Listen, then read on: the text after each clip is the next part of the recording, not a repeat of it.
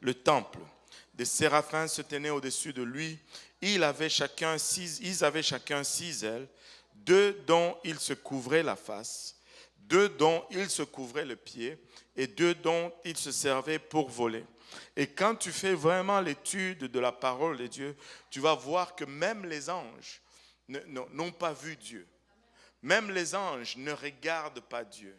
Et le seul moment où ils ont eu le privilège ou l'opportunité de voir, de poser un regard le plus proche de ce que Dieu est, c'est lorsque le Seigneur Jésus-Christ est né et qu'ils se sont littéralement réjouis de cela. Et c'est pourquoi la Bible nous dit expressément dans ce passage-là, vu des anges. Vu des anges. Parce qu'ils se sont réjouis, parce que pour une première fois, ils pouvaient regarder sur leur Créateur. Et nous devons regarder cela comme un privilège, alléluia, d'avoir l'opportunité un jour de le voir face à face. Oh, Maya, oh, Maya, oh, Jésus. Alléluia. Pouvez-vous vous imaginer ces anges qui ont vécu des milliards et des milliards d'années, ces anges qui sont si puissants, mais ils n'ont pas pu le voir, mais ce jour-là, ils se sont réjouis de le voir. Mais un jour, nous le verrons comme il est, parce que nous serons comme lui est. C'est pourquoi, alléluia, c'est pourquoi nous étudions la sanctification. C'est pourquoi nous plongeons dans ces choses. C'est pourquoi nous voulons tout faire pour, alléluia, nous défaire de tout ce qui est charnel, afin de le voir un jour face à face. Je ne sais pas, il y a un chant qui dit « I can only imagine ». Je ne peux que m'imaginer ces jours-là, quand je serai dans sa présence. Vais-je être à genoux? Vais-je chanter ou pleurer le jour que je vais regarder sur celui qui a payé le prix pour ma rédemption? Laissez-moi vous dire, Sandara, nous voulons le voir. Amen. Nous voulons le voir. Ils criaient l'un à l'autre et disaient Saint, Saint, Saint est l'Éternel des armées. Toute la terre est pleine de sa gloire. Et nous avons vu comment, alléluia, dans sa signification, ce Saint, Saint, Saint, ce n'est pas tout le monde qui dit Saint, Saint, Saint, et puis il s'arrête, il recommence. Non, non, non. C'est Saint, Saint, Saint, Saint, Saint, Saint, Saint. Il y en a qui commencent Saint, il y en a qui finissent Saint. Il y en a qui sont au milieu de Saint, il y en a qui sont au début de Saint, il y en a qui sont à la fin de Saint. Il est Saint en tout moment. Il est Saint en tout moment. Tu sais, il y a de ces chansons que l'on chante souvent. Il y a un groupe de voix qui commence et l'autre qui embarque avant qu'il ne finisse le verset. Et c'est comme ça que ça se disait. Parce qu'il est en tout le temps saint. Il n'y a pas un seul moment où il n'est pas saint. Alléluia. Et nous avons vu comment dans les Écritures, c'est très rare de voir cette triple énonciation d'un sujet. C'est de voir 3 choses ou 3 mots qui se suivent, un mot qui se suivent 3 fois à la suite l'un de l'autre. Si nous considérons que quand il dit un mot 2 fois, c'est que c'est sérieux. S'il le dit 3 fois, c'est encore plus sérieux. Amen. Et nous avons vu les instances dans l'Ancien Testament, à part là dans Ésaïe, il y a dans le livre de Jérémie où cette façon de faire s'est répétée, terre, terre, terre, Jérémie 22, 29, et nous avons vu aussi Ézéchiel, Ézéchiel 21, 32, qui nous disait je ferai une ruine, mais cela n'aura lieu qu'à la venue de celui. Et nous avons vu que c'était des moments cruciaux. Et bien sûr, dans le Nouveau Testament, Jean qui est transporté, alléluia, au jour du Seigneur. Et là, il voit la même scène que Ésaïe a vue. Il voit des anges et les 4 êtres vivants, les 24 vieillards autour autour du trône qui disent encore une fois, c'est le même chant, Saint, Saint, Saint, c'est le même chant. Ça n'arrête jamais autour du trône. Ça n'arrête jamais autour du trône. Au fait, et quand il chante comme ça, il tourne autour du trône également. Non seulement il est saint en tout moment, mais il est saint également en tout lieu. C'est pourquoi ces anges, Saint, Saint, Saint, est l'Éternel, Dieu des armées. Ils se déplacent à l'autre place. Saint, Saint, Saint est l'Éternel, Saint, Saint, Saint, parce que ils font le tour du trône. Parce que non seulement il est saint en tout moment, il est saint en tout lieu également. Il est saint, il est saint, il est saint. Amen. Et le mot hébreu kadosh signifie littéralement séparé pour consacrer. Ça, c'est vraiment la signification biblique du mot, parce que le mot signifie tout simplement séparer. Pas la séparation de vêtements que tu fais à la maison quand tu veux les laver. Ce n'est pas de cela qu'on va parler, mais nous allons regarder kadosh dans le contexte biblique. Amen. Et regardez maintenant ceci. À la création, nous avons vu un peu, c'est une des raisons pourquoi nous voulons nous sanctifier. Dieu a dit à Moïse, va et sanctifie le peuple, parce que demain je ferai des prodiges au milieu d'eux. Et nous avons établi que nous n'attendons pas après Dieu. C'est Dieu qui attend après nous. Amen. Il n'y a pas... La puissance de Dieu n'est jamais en question. C'est nous qui sommes toujours en question. Amen. Alléluia. Maintenant, à la création, nous étions en communion avec Dieu. Amen. Nous étions dans les jardins, nous étions innocents. Et je ne sais pas combien de temps. Moi, je crois quelques jours seulement. Bon, on peut débattre là-dessus. Il y en a qui pensent que c'était des années. Moi, je ne pense pas. Enfin, on peut avoir deux opinions différentes là-dessus et tous aller au ciel. Tu peux penser que c'est des années, c'est correct. Moi, je peux penser que c'est des jours et c'est correct aussi. Amen. Moi, je crois tout simplement que c'était peut-être même le même jour, en fait.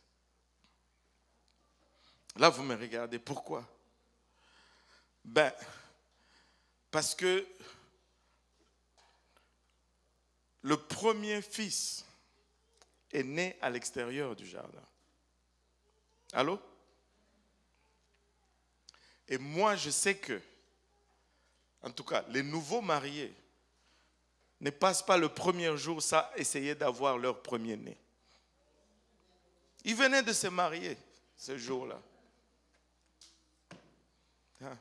Vous êtes silencieux maintenant, vous ne savez pas si c'est tabou, si ce n'est pas tabou. C'est pasteur, comment il est allé aussi dans ça? Bon, ok, bon, c'est pour vous, mais moi je crois sincèrement que si c'était longtemps, si c'était même une semaine, le premier fils allait naître dans le jardin. Enfin, il allait au moins être conçu dans le jardin. Mais nous savons qu'il n'était pas conçu dans le jardin. Nous savons qu'il était conçu lorsque l'homme était déjà corrompu. Amen. Ça c'est, bon, n'en faisons pas une théologie. Amen. Ce n'est pas une théologie, c'est juste, on partage. Qui croit que c'était 1 an ou plus, plus d'1 jour ou plus de 2 jours? Bon, il y en a qui le croient, voilà. Bon, vous allez les demander pourquoi, mais moi je vous ai dit le pourquoi pour moi. Amen. Alléluia. Et donc, voilà, à la création, nous étions sans péché. Nous étions saints. Et pour ces faits, nous étions en communion avec Dieu. Et ce n'est qu'après le péché que nous avons été séparés de Dieu. Et conséquemment, lorsque nous avons été séparés de Dieu, si nous regardons ce concept de la sanctification, lorsque nous sommes séparés de Dieu, nous nous consacrons au monde, ou au diable, ou à la chair. Et c'est pourquoi nous devons nous séparer du monde pour nous consacrer à Dieu, afin de retourner dans cet état initial dans lequel nous étions lors de la création. La sanctification est vraiment le processus c'est inverse pour défaire ce que le péché a produit dans le jardin d'Éden. Ésaïe 59 nous dit à partir du verset 1, « Non, la main de l'Éternel n'est pas trop courte pour sauver, ni son oreille trop dure pour entendre. Mais ce sont vos crimes qui mettent une séparation entre vous et votre Dieu. Ce sont vos péchés qui vous cachent sa face et l'empêchent de vous écouter. » Les péchés sont venus vraiment comme un mur entre nous et le Seigneur.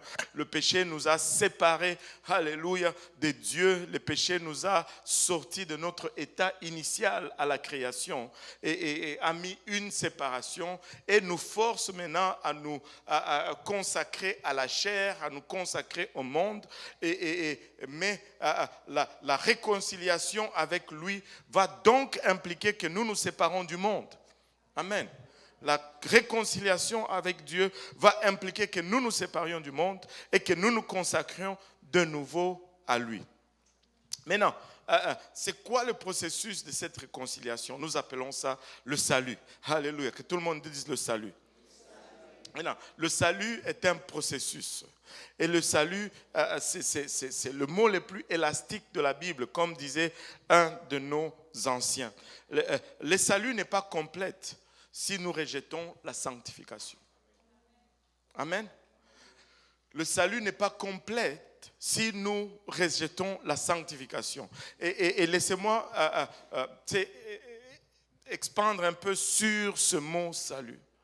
Parce que des fois, nous regardons à la Bible, nous allons prendre un contexte ou un événement ou une parole ou un commandement de Dieu concernant le salut, et nous allons essayer de le restreindre juste à cela. Mais la Bible est vraiment élastique en ce qui concerne le salut. Le salut comporte au fait 5 éléments cruciaux.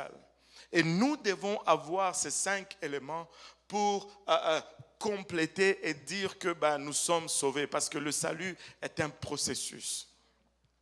Le tout premier pas dans le salut, dans la réconciliation avec Dieu, dans cette restauration de notre état, c'est la foi. Que tout le monde dise la foi.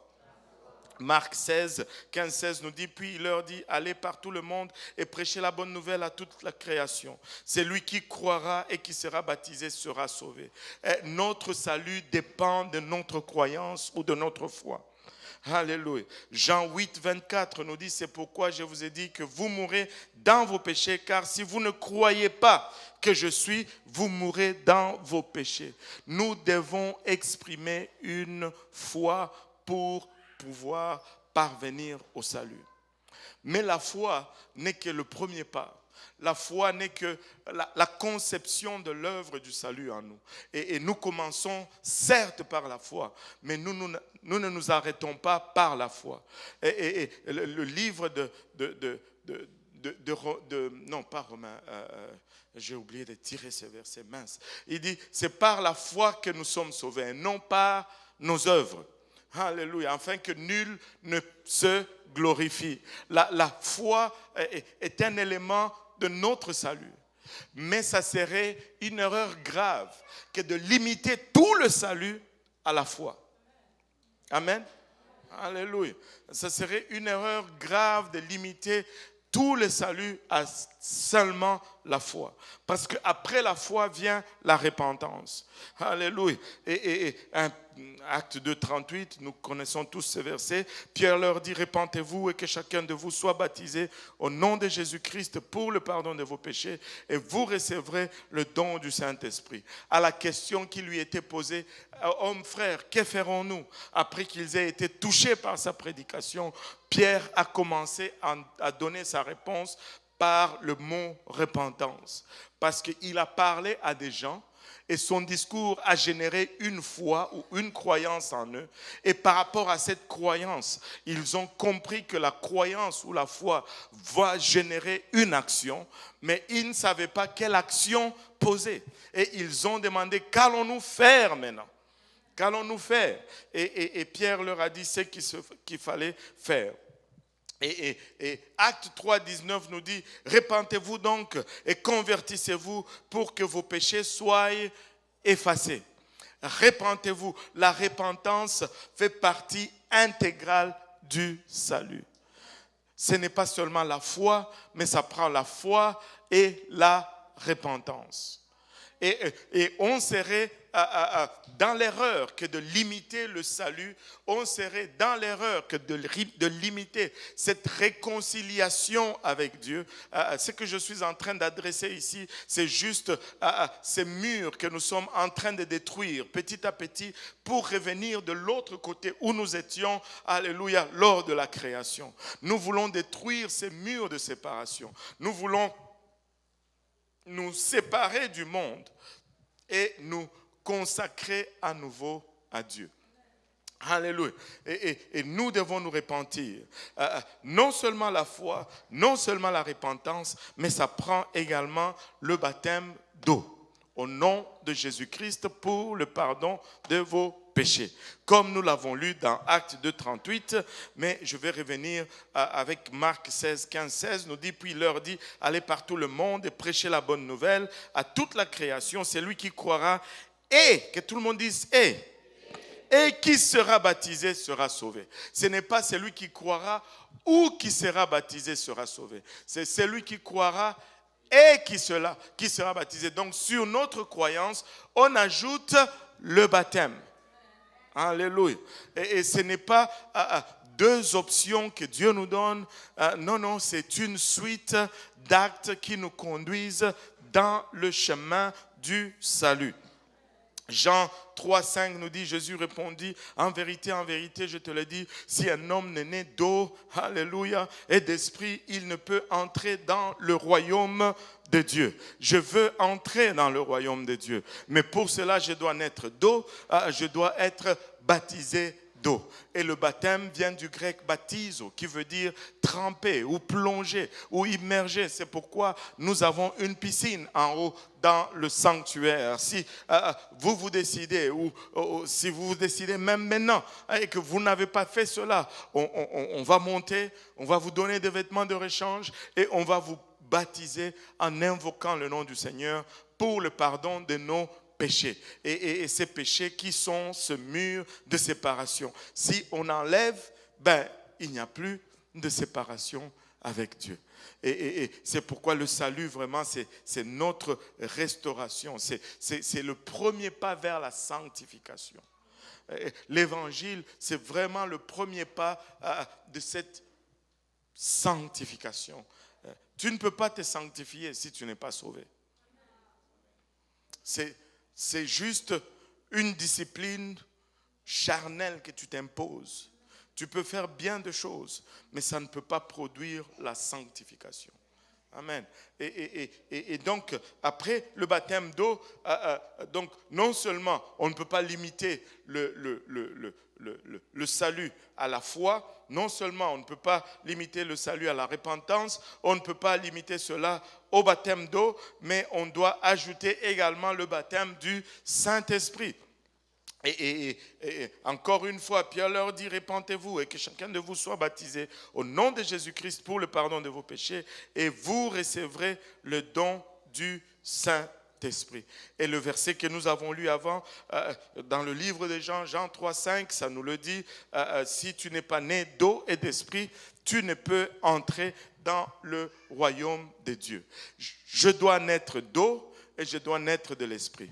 La foi. D'abord, le baptême d'eau. Par la suite, la repentance. Par la suite, le baptême d'eau qui suit, le baptême du Saint-Esprit. Et je dois passer par toutes ces étapes. C'est comme si, je veux devenir médecin, il faut que je fasse premier graduat, deuxième graduat, je ne sais pas comment on appelle ça ici. Là.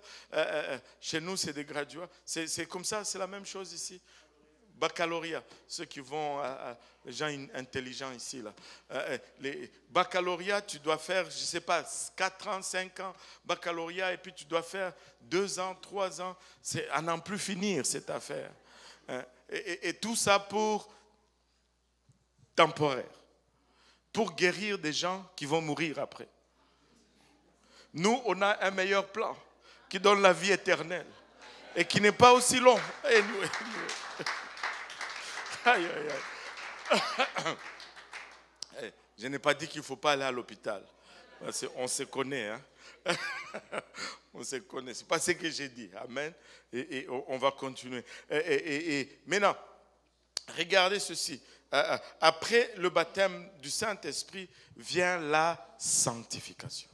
Après le baptême du Saint-Esprit vient la sanctification. Et regardez, Hébreux 12, 12 à 14, je l'ai pris à partir de 12, nous dit « Fortifiez donc vos mains languissantes et vos genoux affaiblis, et suivez avec vos pieds des voies droites, afin que ce qui est boiteux ne dévie pas, mais plutôt se raffermisse. Recherchez la paix avec tous et la sanctification sans laquelle personne, que tout le monde dise personne, sans laquelle personne ne verra le Seigneur. Tu sais, ça fait partie. Et maintenant, nous ne pouvons pas prendre un de ces éléments et dire que bon, pour moi, le salut c'est ça, j'oublie le reste. Non, non, on doit accomplir toutes les étapes. Ces 5 ne sont pas des options du salut. Je n'ai pas à choisir entre ces 5 et je vais dire, bon, pour moi, le salut, ça va être juste la croyance. Il y en a qui ont fait ça. Et bon, le reste, on n'en a pas besoin. Il y en a qui vont dire, pour moi, le baptême, c'est tout. Et je suis correct avec ça. Et d'autres renient même le baptême d'eau. Ils vont dire, nous, le baptême du Saint-Esprit, c'est ça l'affaire. Et d'autres qui ne vont rien avoir de tout cela, ils vont avoir la sanctification. Mais une sanctification qu'ils vont faire souvent partielle et temporaire. Ils ne vont jamais se sanctifier complètement et ils vont le faire seulement dans certaines circonstances. Mais ce n'est pas cela. Nous avons vu comment Dieu est saint en tout moment et en tout lieu. Saint, saint, saint, en tout le temps et en tout lieu. Alléluia. Ces 5 ne sont pas des options du salut, ce sont des composantes du même salut. Et nous devons avoir les 5. Nous devons avoir les 5. Alléluia. Et nous devons avoir le 5. Dieu n'est pas seulement saint, il est saint, saint, saint. Et nous devons refléter la nature de Dieu. Il nous appelle à lui être semblable. Il nous appelle à lui ressembler. Et s'il le sent, nous aussi nous devons aspirer à la sanctification. L'Ancien Testament nous demande de nous sanctifier. Pour ceux qui sont testamentaires, l'Ancien Testament nous demande à nous sanctifier. Nous avons vu cela dans Lévitique 19, 1 à 3. Lévitique 19, 1 à 3, l'Éternel parla à Moïse. Nous avons parlé de ces versets. Parle à toute l'assemblée des enfants d'Israël et tu leur diras, soyez saints car je suis saint, moi l'Éternel, votre Dieu. Nous devons être saints parce que notre Dieu est saint. J'ai un de mes mentors qui dit ceci, comment est-ce que le chrétien pense qu'ils servent un Dieu saint qui habite dans un ciel saint et comment vont-ils espérer entrer dans cette sainte ville, la Nouvelle Jérusalem, si eux-mêmes ne se sanctifient pas? Il nous a donné les saintes écritures et tout est saint. Et nous ne pouvons pas ne pas être aussi saints si nous voulons faire partie de tout ce lot-là. Amen. Et maintenant, l'Ancien Testament nous le demande. Lévitique 20, 29, vous serez saints pour moi, car je suis saint, moi, l'Éternel, je vous ai séparés des peuples, afin que vous soyez à moi. Vous serez saints pour qui? Ouais, je m'attendais à ce que vous disiez pour lui, mais bon. Pour, ce n'est ni pour toi-même, ni pour moi, ni pour Pasteur Graham, ni pour l'Église Pentecôtiste Unie Internationale, mais pour Dieu. Pour lui et lui seul, nous nous sanctifions. Pour lui et lui seul, nous aspirons à la sanctification. Pour lui et lui seul, nous allons faire tout ce que ça prend pour devenir saint. Le Nouveau Testament nous le demande également. Regardez 1 Thessaloniciens, nous avons vu cela, 4.3, ce que Dieu veut, c'est votre sanctification. C'est que vous vous absteniez de l'impudicité. Et nous avons vu dans le livre, plutôt dans la version Sterval, il dit c'est ici en effet la volonté de Dieu que vous soyez sanctifiés. La volonté de Dieu, c'est que nous soyons tous saints. Maintenant, aujourd'hui, on va introduire un autre verset qui adresse un peu le comment de la sanctification. Amen. S'il y a quelqu'un qui peut lire, frère Moria, je ne sais pas, peut lire pour nous. Enfin, parce que tu es là devant, tout beau avec ta cravate. Bon, je me suis dit, il peut lire quand même. Alléluia. 1 Thessaloniciens 5, 18 à 23. Donc, on va regarder cela et on va établir aujourd'hui, on va établir un schéma par lequel on va approcher la sanctification dans cette étude. Amen. 1 Thessaloniciens 5, 18 à 23. Et oui, allez-y. Tu peux t'asseoir parce que sinon tu vas te lever souvent. 1 Thessaloniciens chapitre 5, versets 18 à 23. Rendez grâce en toutes choses, car c'est à votre égard la volonté de Dieu en Jésus-Christ. N'éteignez pas l'esprit, ne méprisez pas les prophéties, mais examinez toutes choses. Retenez ce qui est bon, abstenez-vous de toute espèce de mal. Que le Dieu de paix vous sanctifie lui-même, tout entier, et que tout votre être, l'esprit, l'âme et le corps soient conservés irrépréhensibles lors de l'avènement de notre Seigneur Jésus-Christ. Oui, verset 24 aussi. Celui qui vous a appelé est fidèle, et c'est lui qui le fera. C'est lui qui vous a appelé est fidèle, et c'est lui qui le fera. Regardons ces versets. J'aurais pu prendre juste le verset 23, mais j'ai tenu à aller un peu plus en avant pour voir un peu ce que l'apôtre Paul attend de nous. Comme ça, on ne sera pas surpris quand on va commencer à voir et à ressentir ce que la sanctification fait en nous. Amen. Parce qu'il va y avoir un déchirement en nous. La séparation fait mal. Allô? Quand on sépare, ça fait mal. Des fois, ça attriste. Mais non, regardons ceci. Il dit, rendez grâce en toutes choses. Parce qu'il s'apprête à nous dire des choses qui vont faire mal. Il dit, en tout, rendez grâce. En tout, soyez reconnaissants avec le Seigneur. Il dit, car c'est à votre égard la volonté de Dieu en Jésus-Christ. Et tu sais, je me suis toujours arrêté au fait que c'est le fait de rendre grâce, c'est ce que Dieu veut. Mais on peut étendre cela à ce qui est en train de suivre. Parce qu'il dit, vous devez rendre grâce. Parce que ce que vous êtes appelés à faire pour vous sanctifier, c'est là la volonté de Dieu pour vous. Et c'est ce que Dieu veut que vous fassiez.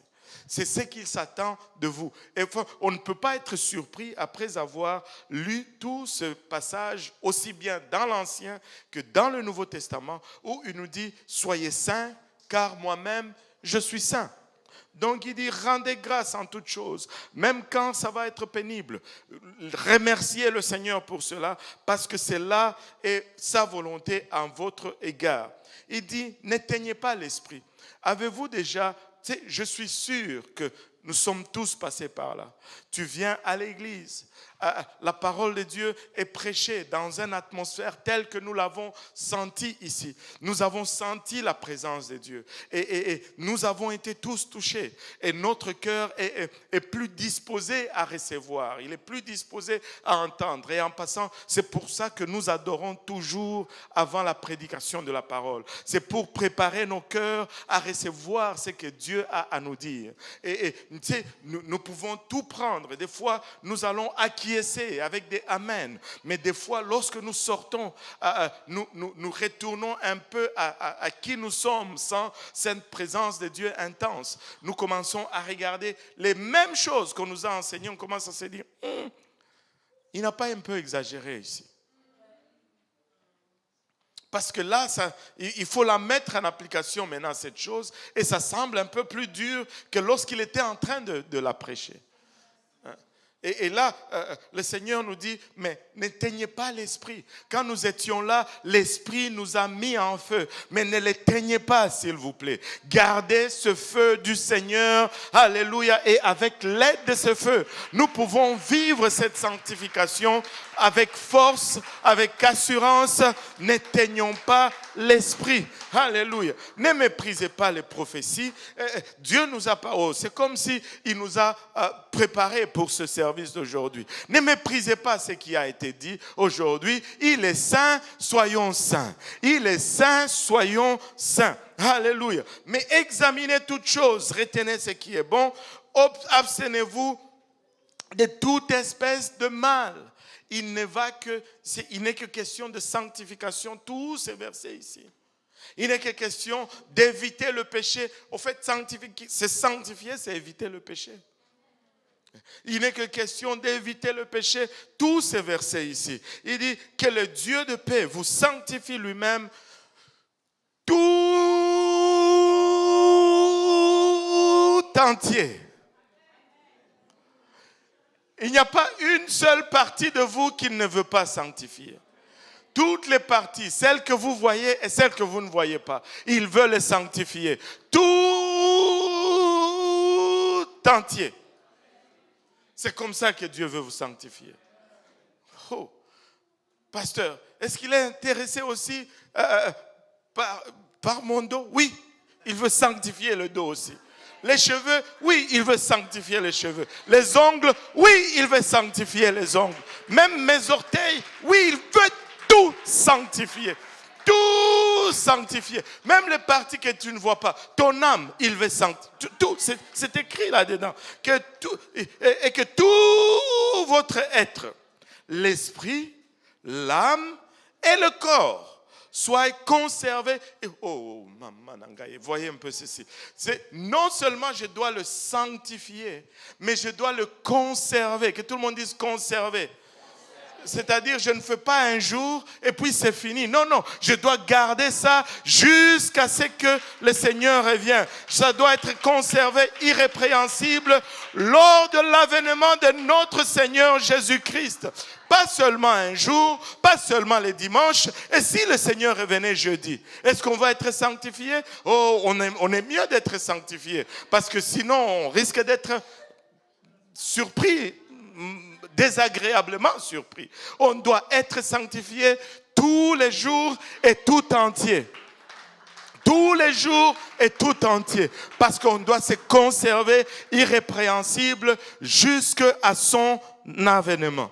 Amen. Alléluia. Et il dit, c'est lui qui vous a appelé est fidèle et c'est lui qui le fera. Donc, il nous sanctifie l'esprit, il nous sanctifie l'âme et il nous sanctifie le corps. Et on va voir, et c'est là le schéma que la Bible nous donne, l'esprit, l'âme et le corps. Tu sais, quand le Seigneur me mettait ça en tête, je me disais dans quel ordre je vais commencer. Et je me suis dit, on commence par le plus difficile, mais là, quand j'ai commencé à mettre tout ça ensemble, je dis, mais il m'a déjà donné l'ordre. Pourquoi est-ce que je me casse la tête? Il a commencé avec l'esprit, que tout le monde dise l'esprit. Alléluia. Il doit, tu sais, et je veux vous donner cet avertissement déjà dès le départ. La sanctification englobe tout. Mais nous les humains, étant ce que nous sommes, c'est ce qui est caché ou ce qu'on ne peut pas voir. Tout le monde va dire, ah là-dessus, moi je suis correct. Allô? Parce qu'on ne peut pas argumenter là-dessus. Ce n'est pas visible. Mais ce qui est visible, on n'arrive pas à le faire. Oh, maman Nangaï, on va discuter là-dessus. Est-ce que c'est vraiment ça là? Parce que je n'ai jamais vu quelqu'un mettre en doute la sanctification de l'esprit. Jamais. Zéro. Parce que comment on fait pour voir ça? Je n'ai jamais vu quelqu'un, peut-être un peu, parce que ça peut être perceptible, la sanctification de l'âme. On peut percevoir cela. Et quand c'est plus perceptible, il y a beaucoup plus d'arguments. Mais la sanctification du corps, on le voit à 1000 kilomètres. Et les gens vont te dire combien ce n'est pas biblique. Tout est là-dedans. Là. On ne va pas argumenter avec l'homme, mais on va argumenter avec la parole de Dieu. Dieu dit, venez et plaidez avec moi. Venez et plaidons ensemble. Mais nous voulons nous assurer que nous sommes en train d'aller dans la bonne direction. Laissez-moi vous dire ceci, il n'y a rien qui vale la peine que tu manques l'enlèvement. Il n'y a... Comme un de nos anciens qui disait, hey, je vous ai parlé de Moïse, que c'est à Moïse que Dieu a dit, établis les limites. Et Moïse est sorti, il est allé, il a établi les limites. Et tu sais, si nos anciens ont établi ces limites trop larges, soyons reconnaissants pour cela. Parce que le jour où nous allons aller au ciel, nous allons les aimer pour cela. Nous allons leur dire merci d'avoir fait cela. Merci d'avoir établi ces limites. Mais si ils nous donnent des limites trop proches et que nous glissons, que nous tombons, nous allons être le premier à leur dire mais c'est de votre faute si je suis ici.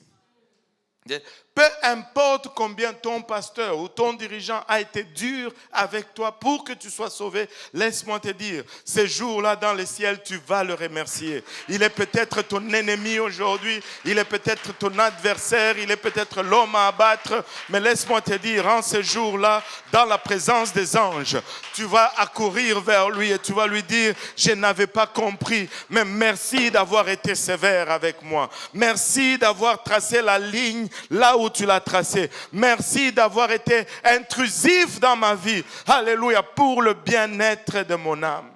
Et je vous dis, on doit à tout prix désirer aller au ciel plus que toute autre chose. Plus que toute autre chose. Maintenant, regardons. Il a dit que le Dieu de paix vous sanctifie lui-même tout entier et que tout votre être, l'esprit, l'âme et le corps. Et on va voir ces trois aspects de sanctification. On va voir la sanctification de l'esprit, la sanctification de l'âme et la sanctification du corps. Amen. Et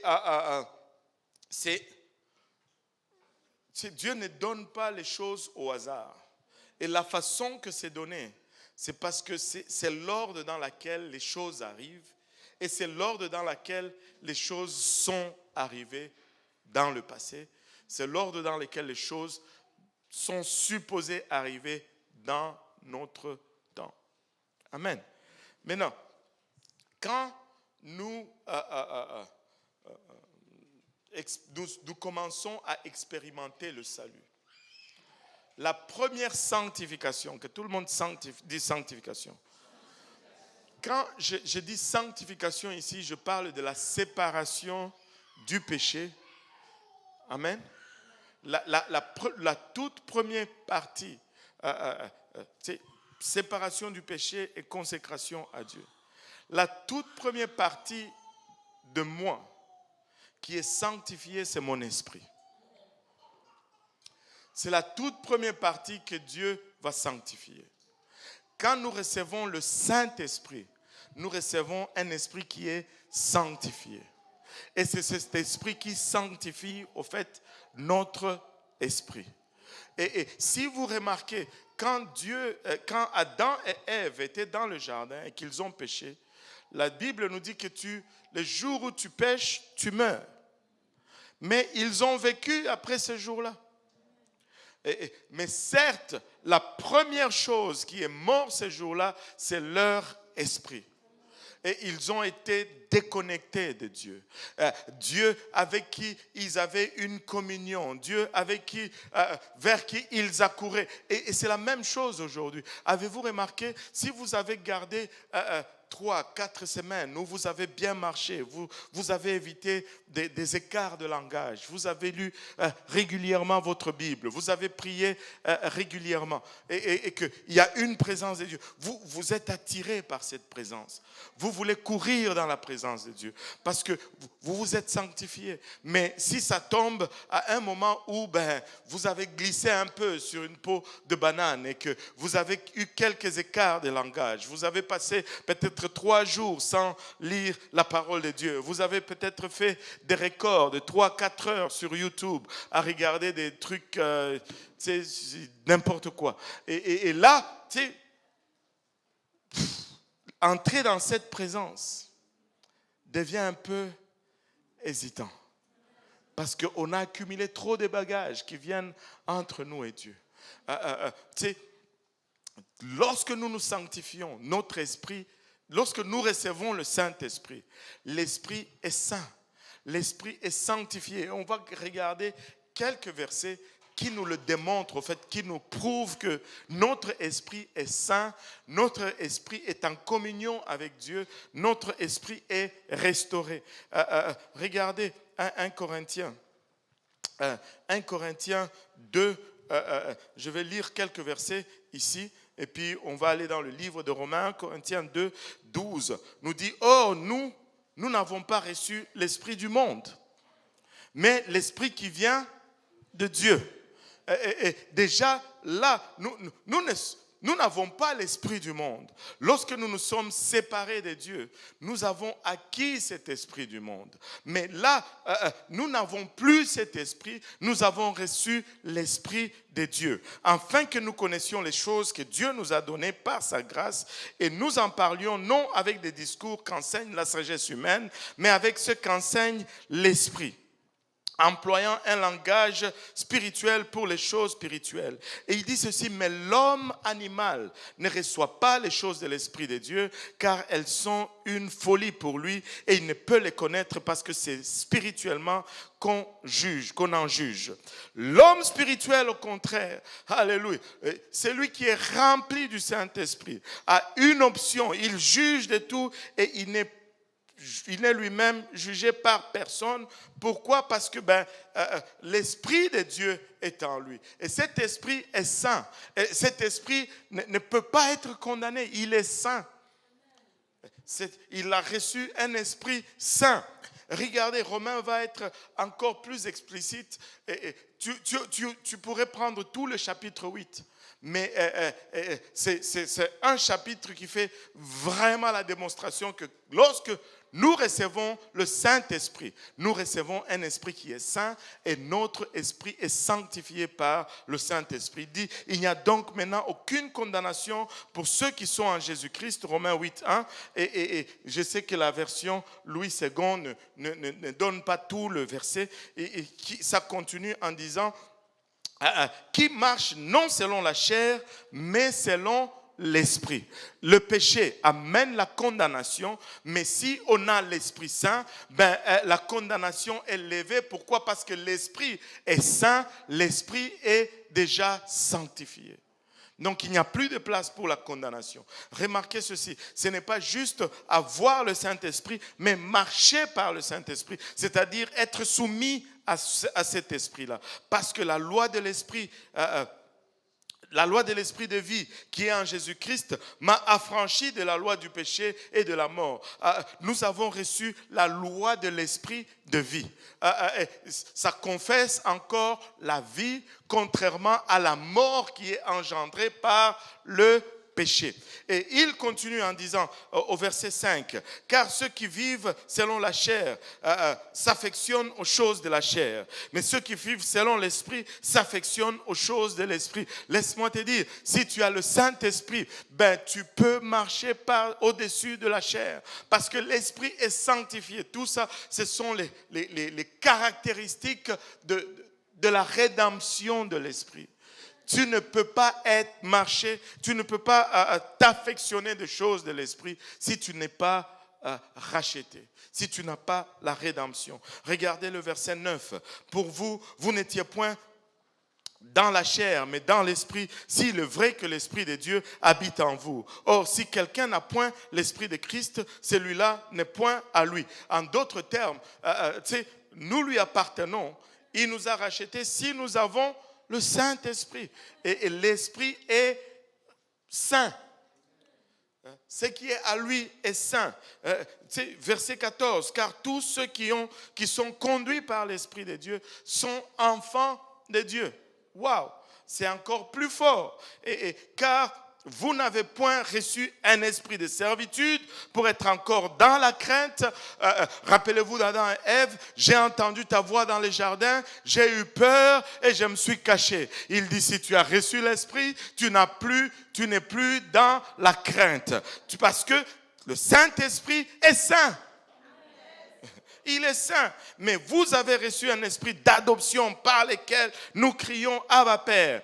Car l'esprit lui-même rend témoignage à notre esprit. L'esprit lui-même nous le confirme que nous sommes rachetés, que nous sommes enfants de Dieu. L'esprit est saint. Quand tu reçois le Saint-Esprit, ben tu reçois un esprit saint et ton esprit est restauré. Le verset 23 nous dit, et non seulement elle, mais nous aussi quand... Ben, ça devient... Waouh, regardez ceci. Regardez ceci. Et c'est beau. C'est de toute beauté. Il dit, et non seulement elle-même, nous aussi qui avons le prémisse de l'esprit, nous soupirons à nous-mêmes en attendant, que tout le monde dise en attendant la rédemption de notre corps. Parce que l'esprit est racheté, mais le corps n'est pas encore racheté. Nous sommes encore en train d'attendre la rédemption du corps. C'est de toute beauté.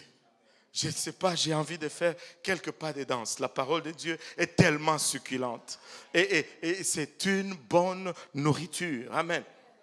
Donc, quand nous recevons le Saint-Esprit, l'Esprit est racheté. L'Esprit est saint. Dieu a adressé l'Esprit. Mais nous avons également le corps et l'âme. Et avez-vous remarqué qu'après que vous soyez sauvés, c'est comme si ça devient difficile par rapport à avant le salut. Soudainement, ça devient compliqué. Et on vous a dit, oh, Dieu est tout puissant, vivre pour Dieu, alléluia, amen, gloire à Dieu, là. Mais là, on dirait que le monde se déchaîne. Ce que vous faisiez, ce qui passait, ça ne passe plus. Ose juste faire une petite erreur, ping, tu es rattrapé. Même en toi-même, c'est un déchirement. Parce que le corps n'est pas racheté, et il est encore corrompu. L'esprit, lui, est racheté, et l'âme est entre les deux. Mais l'âme est tellement habituée avec le corps que le corps ne devient qu'un outil pour satisfaire tout le désir de l'âme. Et il y a un combat maintenant. Paul illustre ce combat. Il dit, le mal que je ne veux pas, c'est ce que je fais. Le bien que je voudrais faire, je ne le fais pas. Oh, misérable que je suis, qui me délivrera? Parce que l'esprit est racheté. Mais le corps et l'âme sont encore dans leur bataille. Mais nous devons gagner cette bataille. Et nous pouvons gagner cette bataille. J'écoutais un de nos anciens, il dit, c'est un grand homme, il s'appelle Lee Stone King. Il disait, je ne suis pas aussi spirituel que vous pensez. Parce qu'il m'arrive aussi des fois de ne pas avoir envie de prier. Mais vous savez, lorsque je n'ai pas envie de prier, qu'est-ce que je fais? Je traîne mon corps dans la chambre et je me mets à genoux. Je dis, parce que tu as osé me défier, aujourd'hui tu vas prier 2 fois plus qu'on était supposé le faire. Allez. Alléluia. Et ce corps, c'est un combat.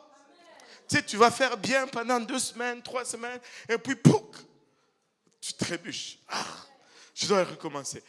Tu sais, c'est un combat perpétuel. Mais nous pouvons gagner ce combat. Nous pouvons gagner ce combat. Maintenant, le corps, plutôt l'esprit, est sanctifié. Je vais regarder la sanctification de l'âme rapidement et puis on va s'arrêter pour un temps de questions parce que sinon c'est compliqué. Maintenant, regardez, l'esprit est sanctifié en premier. L'âme est le deuxième à entrer dans la sanctification. Mais l'âme, ça va être un processus. Et pour comprendre cela, je vous ramène encore à la création. L'homme pêche. Son esprit, bang, condamné. Amen. Mais l'âme, c'était un processus. Il s'est corrompé graduellement. Tranquillement, il devient plus mauvais. Tranquillement, il devient plus mauvais. Tranquillement, il devient plus mauvais. Jusqu'à ce qu'il devienne tellement mauvais que Dieu décide de nettoyer toute l'humanité. Il n'est pas devenu mauvais dans son âme le jour même. C'était graduellement, un petit peu à la fois. Mais la sanctification de l'âme va être aussi comme ça. Nous nous sanctifions graduellement. Nous changeons nos pensées. Nous changeons nos idées. Mais comment est-ce qu'on peut arriver à cela? Mais c'est en changeant notre environnement. J'ai toujours donné cet exemple, je vais la donner encore. Certains d'entre vous ne vont peut-être pas le croire, mais j'étais un grand fanatique de Bob Marley. Vous connaissez Bob Marley? Le monsieur là avec des longs cheveux? Oui. Et je connaissais toutes ces chansons par cœur. Même, et ça avant de parler l'anglais.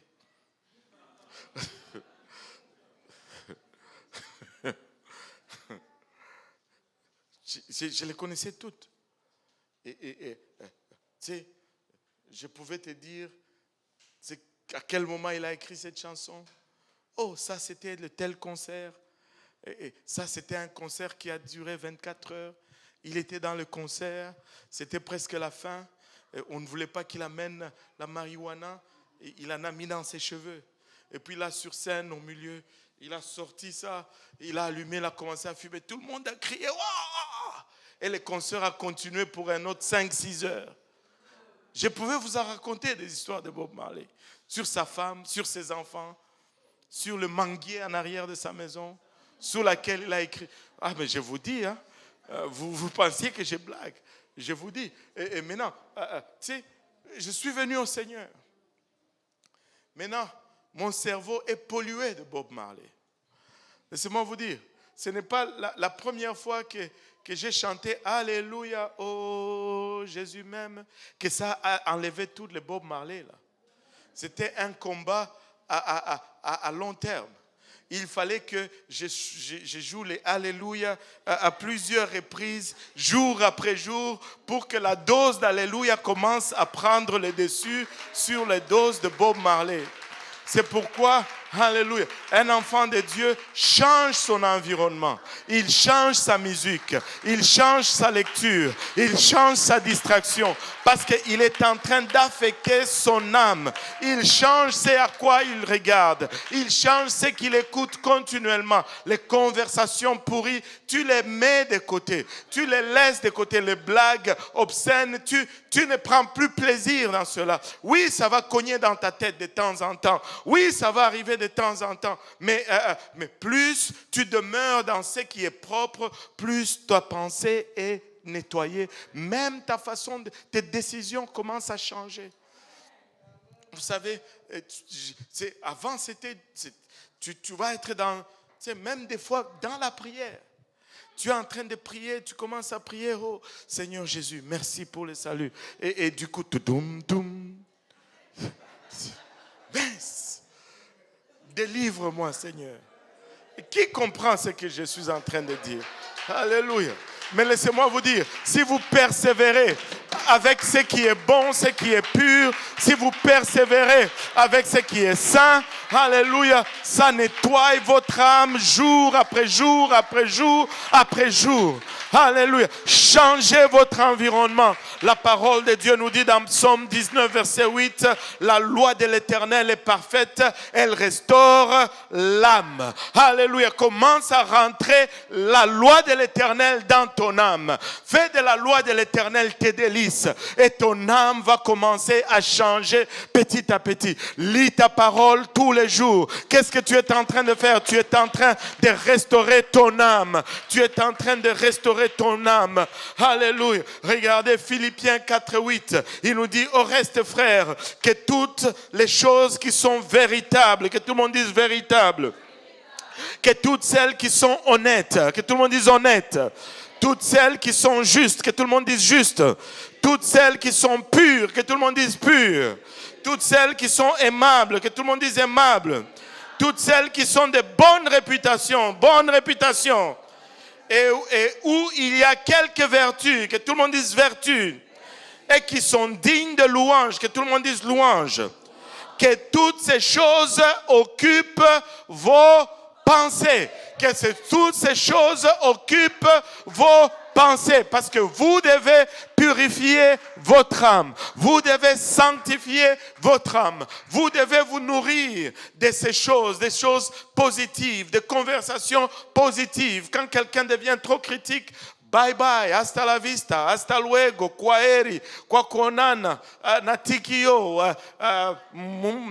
nuprale, en toutes les langues. Tu le fais en tout, tu t'assures juste de quitter. Quand quelqu'un devient trop négatif, trop, je veux préserver mon âme. Je veux préserver mon âme. Je veux me nourrir des choses pures, des choses positives, des choses dignes de louange, des choses. Qu'est-ce que je fais? Je sanctifie mon âme. Je change mon âme. Et laissez-moi vous dire, essaye de... mets-toi à l'épreuve. Coupe un peu. Coupe un peu. J'ai dit tout à l'heure que la sanctification de l'âme, on va avoir des arguments là-dessus. Si je disais, coupe ton Instagram.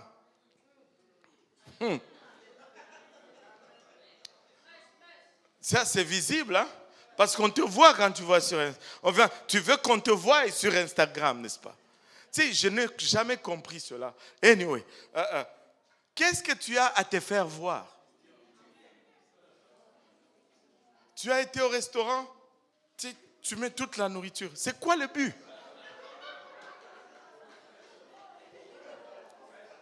Ce n'est même pas gentil. Tu rends des gens jaloux. Tu as une occasion de chute pour des frères et sœurs. J'ai dit ça, puis je dis rien. Tout sur vis ta vie. Pourquoi tu dois... Tu sais, j'ai vu une image là. Je vais la mettre dans le PowerPoint. Tu sais, on montre une pomme qui est toute entière, un miroir devant. On dit le miroir, ça c'est la vie dans les médias sociaux. Mais en arrière, il y a une morsure là. Quelqu'un a mordu cette pomme. Il y a l'empreinte des dents là-dedans. Et en arrière, c'est ça. Tu sais, plus tu veux étaler quelconque moment de joie, c'est parce que vraiment tu n'as pas de joie. Plus tu veux l'étaler, c'est parce que qui est-ce que tu veux convaincre?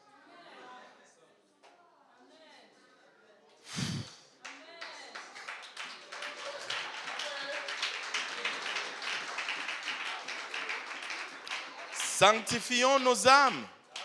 Sanctifions nos âmes. Oh, je vais juste là pour les informations. Hey, pendant que tu vois les informations, boum, il y a des femmes en bikini qui apparaissent là. Et je dis ça pour nous tous là. Alléluia. Et c'est tellement pourri. Ça nous corrompt tellement. Tu sais, il y en a déjà assez. Quand je sors de ma maison pour venir à l'église, que je n'ai pas besoin d'apporter ça dans ma poche, dans mon ordinateur, dans ma maison. C'est fou, un lieu où on peut juste être dans la présence du Seigneur. Oh boy. TikTok.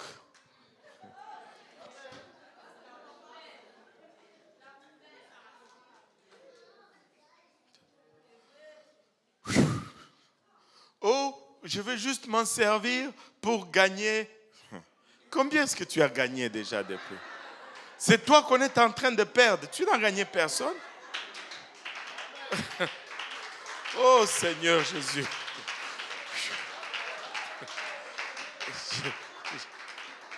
Coupe. Arrête. Coupe. Oh, je veux communiquer. Les voisins, là, chez toi, à côté, là, tu ne communiques pas avec. Mais celui qui est en Azerbaïdjan, c'est celui-là que tu veux. Vraiment. Toi, ta communication est vraiment spéciale. 517 amis sur Facebook. Mais personne ne te supporte comme ami dans la vraie vie. Ça ne va pas. Il y a un problème. Tu as une double identité, tu mènes une double vie. Est-ce que ce que tu montres vraiment sur les médias sociaux, est-ce que ça reflète vraiment ta vie? Oh, maman Nangaï. Je ne sais pas pourquoi, mais je dois sortir de là. Maintenant, sanctifions notre âme. Tu sais, regarde, si tu te tiens, essayez. Je me rappelle une fois, au tout début de ma marche avec le Seigneur, j'avais fait un jeûne assez long. Mais ce jeûne était particulier parce que je m'étais dit, je ne veux même pas sortir de la maison. Je ne suis pas sorti de la maison tout le long. Mais je vous dis, le jour que je suis sorti, la première place où je suis allé, c'était juste chez Maxi, à côté là. Tu vois, des choses qui étaient devenues même un peu normales avant. Ce n'est pas que je vivais dans le péché, mais ça dérangeait maintenant. Parce que tu as purifié un peu ton âme. Et tu deviens plus sensible à ce qui est mal. Parce qu'à force de s'y frotter, on normalise toujours les choses. Mais si on s'isole de ces choses, ben on va pouvoir mieux les déceler. On va pouvoir mieux les détecter. As-tu déjà, juste un autre exemple, as-tu déjà fait un jeûne de 7 jours ou de 10 jours? Et tu sais, quand tu sors de ce jeûne, même un peu de sucre dans le thé, tu le ressens fort. Parce que tu t'es défait du goût du sucre.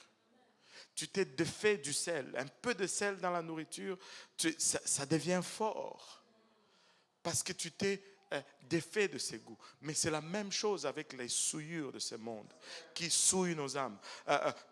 Essaye de te désintoxiquer de cela. Tu vas voir que tu vas le sentir plus. Tu vas être plus sensible à cela. Mais nous devons travailler sur notre âme. Nous devons changer notre environnement. La musique que nous entendons doit glorifier Dieu. Les choses que nous regardons doivent être à la gloire de Dieu. Nos conversations doivent être à la gloire de Dieu. Nos lectures doivent être purifiées. On ne va pas lire quoi que ce soit. On ne va pas regarder quoi que ce soit. On ne va pas fréquenter qui que ce soit. On va essayer de purifier l'âme. Et c'est un processus jusqu'à ce que nous allons arriver à cette rédemption finale qui est la rédemption du corps. Alléluia. Maintenant, on va regarder la sanctification du corps. La sanctification du corps, c'est là où les Gaulois et les Romains s'empoignèrent. Ça devient encore plus critique. Ça devient encore plus personnel. Et on va la regarder d'une façon, parce que quand je regarde, et Paul et Pierre l'ont présenté de la même façon. Ils n'ont pas présenté à base de la culture, ils n'ont pas présenté cela à la sanctification du corps à base du temps ou de l'environnement ou d'un rang social, ils l'ont présenté à base de la nature, c'est-à-dire homme et femme. Et en passant, il n'y a que 2 genres. Il n'y en a pas 3, il n'y en a pas 4, il n'y en a pas 5, il n'y a que 2 genres. Alléluia, homme et femme. On n'est né que XX ou bien XY. XX c'est femme, XY c'est homme. Et c'est tout. Nous sommes distincts. Nous ne sommes pas pareils. Un homme, c'est un homme. Une femme, c'est une femme. La Bible est si dure là-dessus. Il dit que un efféminé ne va pas entrer au ciel. On n'est pas homophobe, mais on a la compassion, mais on ne peut pas compromettre la parole de Dieu.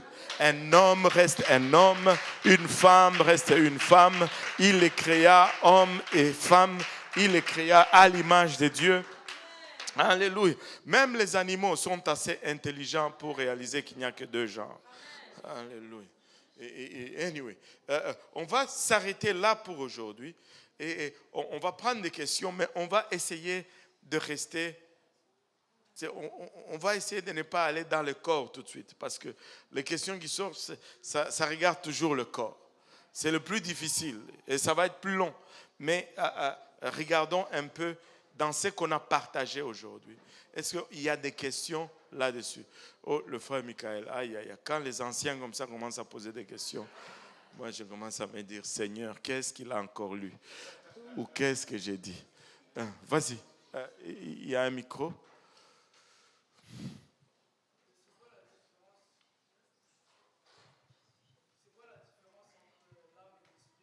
La différence entre l'âme et l'esprit est très nuancée. L'âme, au fait, c'est plus facile d'expliquer l'esprit avant de comprendre l'âme. Maintenant, l'esprit, c'est cet élément qui nous donne réellement la ressemblance de Dieu. Et nous pouvons comprendre l'esprit parce que nous savons que Dieu est esprit. Et nous avons cette partie de nous qui est esprit, qui est vraiment à l'image de Dieu. Et c'est Dieu qui nous l'a donné. Mais maintenant, l'âme, la meilleure façon de l'expliquer, c'est cette dimension où nous avons les émotions, où nous avons les décisions, où nous avons le raisonnement, où nous avons les sentiments et l'intellectuel. Et d'une quelconque façon, l'âme, quand nous sommes vivants, l'âme est immatérielle.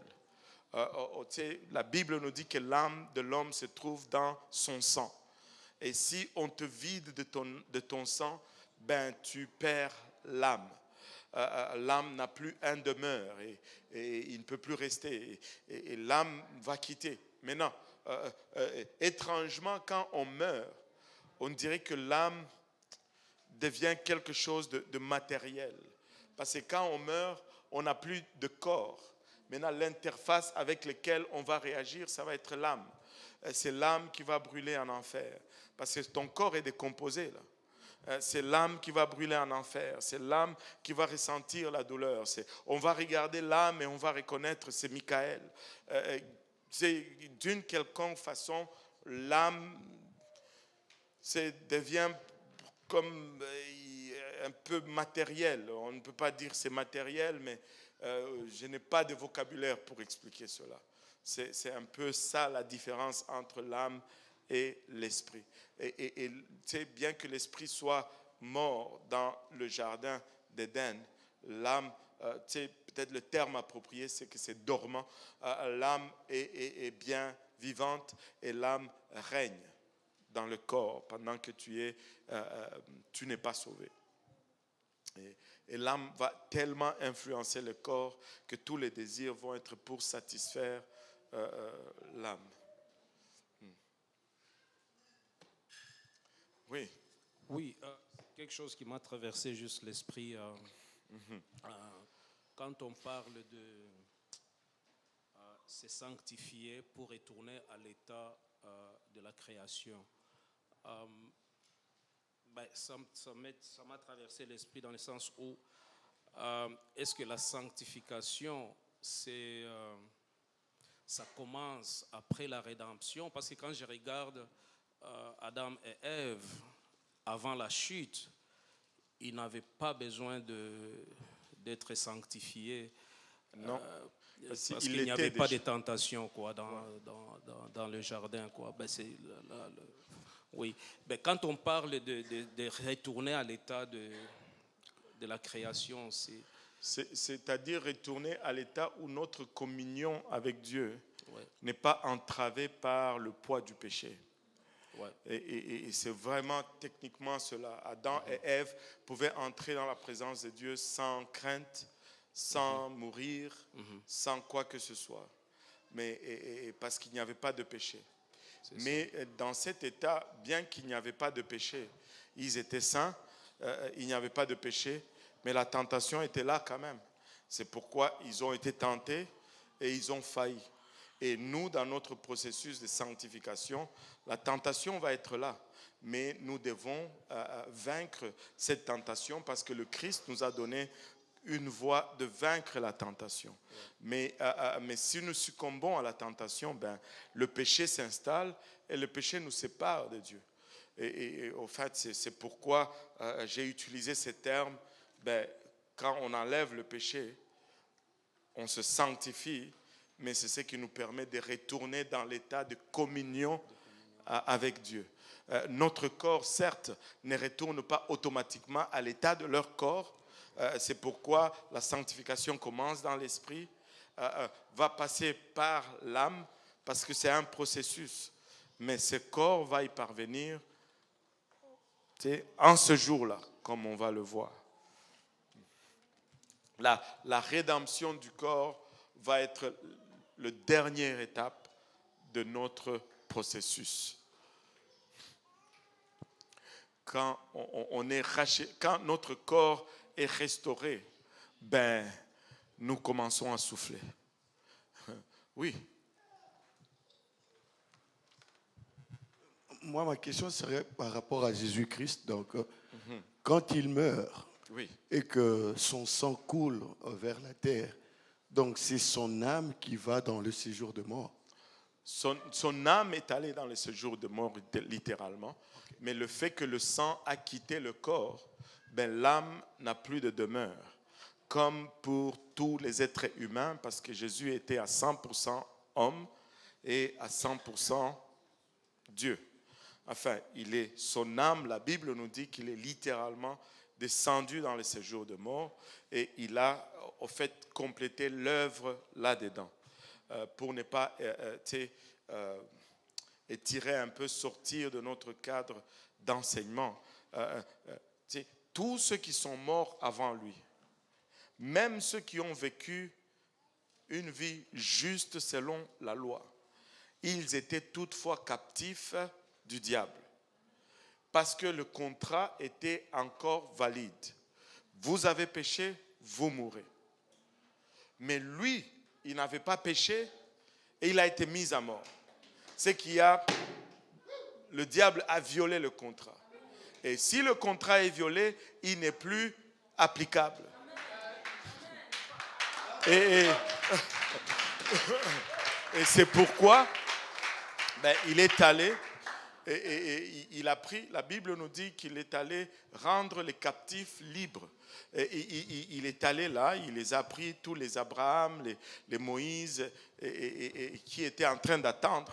Il les a pris, il les a montés dans un autre lieu d'attente, qui est autre que celui dans lequel ils étaient. Son âme est descendue dans le séjour de mort. Oui, là, et puis après là.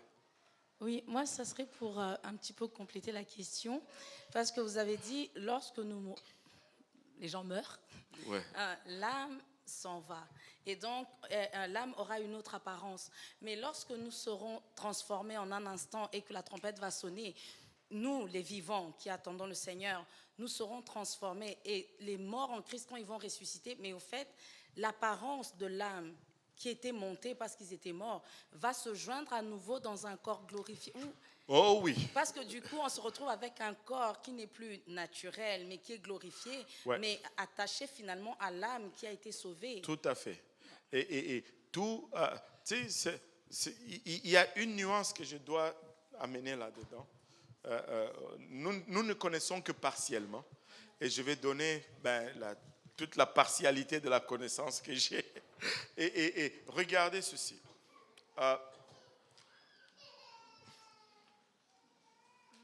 Le corps, quand tu meurs aujourd'hui, enfin, je sais que vous avez tous peur de mourir. Je vais dire, si je mourais aujourd'hui, pour ne pas avoir de problème, si je ne pourrais pas avoir de problème avec personne, du coup, on sort d'ici, quelqu'un meurt, oh, ce pasteur-là, il est occultiste, il a dit ça, et puis voilà. Si je mourais aujourd'hui, amen, et tu sais, vous allez garder le corps chez Magnus Poirier pendant un temps, et de grâce, envoyez-moi dans mon Congo natal. Il fait trop froid pour être enterré ici. Là. Anyway, ça, ce sont mes petits trucs qui me trottent la tête là. Et tu sais, le corps va rester là-bas. Mais même si ce corps est là, l'âme est déjà allée à sa destination. Et ce corps va être enterré. Tu sais, on peut venir, un an après, on va voir les os et les poussières de la terre, la chair qui est revenue à la poussière. On va voir cela. Et si on tarde encore, tu sais, même les os vont se décomposer. Ils vont aller nulle part. Ils vont juste se décomposer, retourner à la terre. Tu es poussière, tu retourneras à la poussière. Ça s'adresse au corps. Mais l'âme, lui, toi maintenant là, tu n'es plus de corps. C'est ton âme qui est là. Ben, tu sais, tu es avec Saint-Pierre et Paul et les autres, mais c'est ton âme. Au son de la trompette, tu sais, c'est parce que quand on veut peut-être l'imaginer, on se dit, mais comment est-ce que ça va se faire? Il faut arrêter de penser comment est-ce que ça va se faire. Dieu va le faire. Il est Dieu pour l'amour de Dieu. C'est lui qui est Dieu.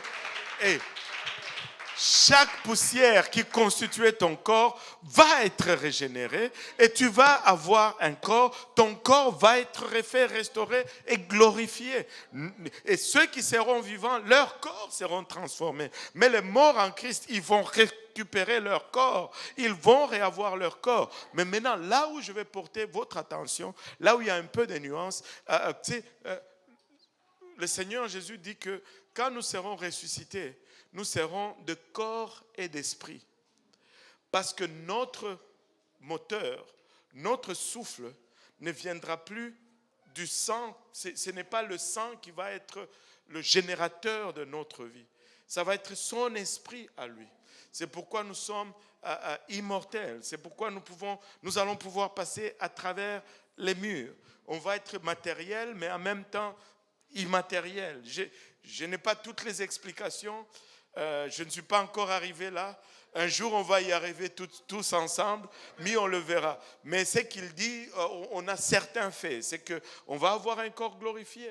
On ne va plus se fatiguer. On va avoir un corps qui va être, je ne sais pas comment dire cela, fuelé par l'esprit. C'est comment on dit fuelé en français? Alimenté par l'esprit, pas par le sang, ça va être par l'esprit. Et donc, nous allons pouvoir se déplacer rapidement, nous allons pouvoir voler, aller chaparder, là, c'est-à-dire comme Superman. Et nous allons pouvoir faire des choses que nous ne pouvons pas faire maintenant. Et parce que notre nature va changer. Donc, est-ce que l'âme va être présente? Je ne sais pas si ça va être vraiment l'âme en quelque sorte, parce qu'il y a une connotation d'absence de sang dans le corps glorifié. Waouh! C'est vraiment l'université de la Bible ici. Vous poussez ça jusqu'à ça. Ouf! Maman Nangaï, oh là là là là. Ok, un autre. Non, attends, il y avait d'abord Dashlane. C'était la même question, ok. Ouf, alléluia. Oui, vas-y. Une dernière et puis on va partir. Amen. Ouais, donne le micro. Vu que le corps ne va être complètement racheté qu'à la résurrection, est-ce que le rachat de l'âme, ou est-ce que l'âme peut être complètement sanctifiée avant de mourir? Vous avez dit que c'est un processus, mais est-ce qu'il s'est fini ou ce sera la même chose que le corps? Les deux vont être complètement sanctifiés à la résurrection. Moi, je pense que de la même façon qu'il va performer la glorification du corps, de la même façon, il va procéder pour si je peux utiliser ce terme, la glorification de l'âme, de façon un peu loose. Parce que ce corps, il va être glorifié, pas parce qu'il a fait des exercices et il s'est acquis une capacité, là. C'est lui qui va le faire en un clin d'œil. Je pense que si tu demeures dans le processus, il va le faire aussi pour l'âme. Et de toutes les façons, là, je peux te dire ceci. Toutes les âmes mortes, ils croient tous. Ils confessent tous. Tu sais, il n'y a pas ombre de doute dans leurs pensées. Et il n'y a pas d'incrédule dans le séjour des morts. Et ça, c'est un fait. Là. Et juste, tu sais, le fait d'être dans ces circonstances, moi, je pense qu'on ne va même pas penser à... Alléluia. Amen. Alléluia. Et si on s'élevait tous ensemble maintenant, et on va faire la sanctification du corps, maintenant, le pasteur Yannick a pris le visage de tout le monde. Quand on va commencer la sanctification du corps et qu'on va commencer à parler des cheveux, de l'habillement, de la colère, des appétits, des désirs, des vêtements, il faut qu'on voit tout le monde là. Amen. Il ne faut pas lâcher là. Nous voulons aller au ciel. Amen. Qui veut aller au ciel? Pouvons-nous glorifier Dieu pour un moment?